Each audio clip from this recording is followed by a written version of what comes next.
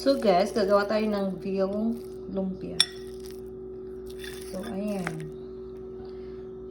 Wrapper here. Siyempre. Guys.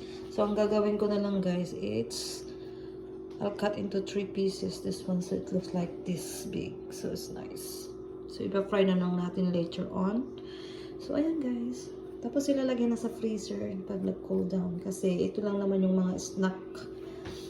If you feel like gutom or craving ng mga lumpia. So, ayan guys. Ang gagawin na lang natin, i-air fry na lang after.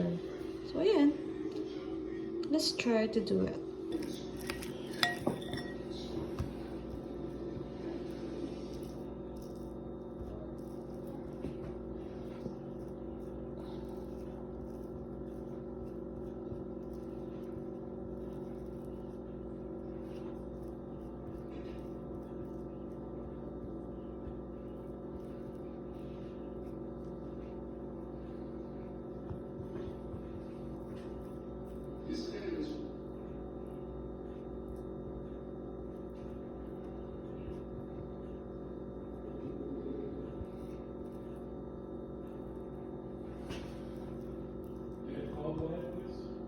Hmm? Wyatt?